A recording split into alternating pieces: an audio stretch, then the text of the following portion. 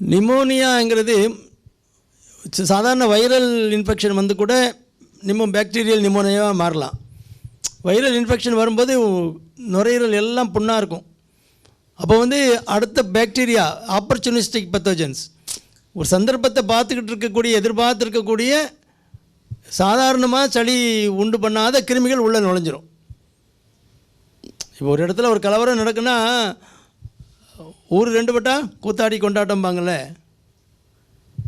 ஊரில் பிரச்சனை வந்துன்னா எவனோ ஒருத்தன் திட்டம் போட்டுக்கிட்டு இருப்பான். எந்த ஒரு பிரச்சனை வந்து ஒரு கலவரம் வருதுன்னா அந்த நேரத்தை திருடுறதுக்கு பிளான் பண்ணிகிட்டு இருப்பான், திருடிட்டு போயிடுவான். அந்த மாதிரி ஆப்பர்ச்சுனிஸ்டிக் பத்தோஜன் சந்தர்ப்பத்தை எதிர்பார்த்துக்கிட்டு இருக்கக்கூடிய கிருமிகள் உள்ளே நுழைஞ்சி கல்லீரல் அந்த மண்ணீரல் நமக்கு நுரையீரல் இருக்கு இல்லையா, அதை வந்து நுரையீரல் வந்து காற்றுப்பை அதுக்குள்ளே காற்று போய் வந்துக்கிட்டு இருக்கணும். அதை வந்து கல் மாதிரி ஆக்கிடும், லிவர் மாதிரி ஆகிடும், சாலிட் ஸ்ட்ரக்சர் ஆகிடும், அதுக்குள்ளே ஏர் என்ட்ரு ஆகாது. அப்போ மூச்சு திணறல் வந்துடும். அதான் டேஞ்சரஸ். அது ஒரு காய்ச்சல் விடலை 3 நாள் 4 நாள் விடலை அப்படின்னா டாக்டர் காட்டி அவங்க பரிசோதனை பண்ணி அது நிமோனைட்டிஸு ஒரு ஓரமாக சளி உறையுது அப்படின்னு கண்டுபிடிச்சாலே அவங்க ஹையர் ஸ்ட்ரென்த்துக்கு போயிடுவாங்க. கூடின மருந்து ஆன்டிபயோட்டிக் ஹையர் ஆன்டிபயோட்டிக் போட்டு கவுன டோஸில் போட்டு அதை கரையை வச்சிடலாம்.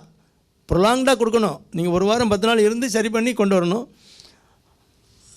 சளி உறையிறது தான் நிமோனியா. அப்போ அதை சாதாரண மருந்து கொடுக்குற மாதிரி கொடுத்தா கேட்காது. நரம்பு மூலமாக தான் ஊசி போடணும். மூச்சு திணறந்தால் ஆவி பிடிக்கிற மருந்துகள்லாம் வைக்கணும், ஆக்சிஜன் வைக்கணும், இதெல்லாம் வச்சு சப்போர்ட் பண்ணி கொண்டு வந்துடலாம். ஏழியராக போகணும். அதுவும் சர்க்கரை நோயாளிகளுக்கு இது வந்தால் ரொம்ப கஷ்டம். ஏன்னா நோய் எதிர்ப்பு தன்மை இருக்காது. நிமோனியா வரும்போது நோய் எதிர்ப்பு தன்மை இல்லாதனால நீங்கள் அந்த என்ன தான் மருந்து கொடுத்தாலும் அங்கே போய் ரீச் ஆகாது. அங்கே போய் கிருமிகளை கொள்ளக்கூடிய அளவுக்கு மருந்து ரத்தத்தில் போய் சேராது.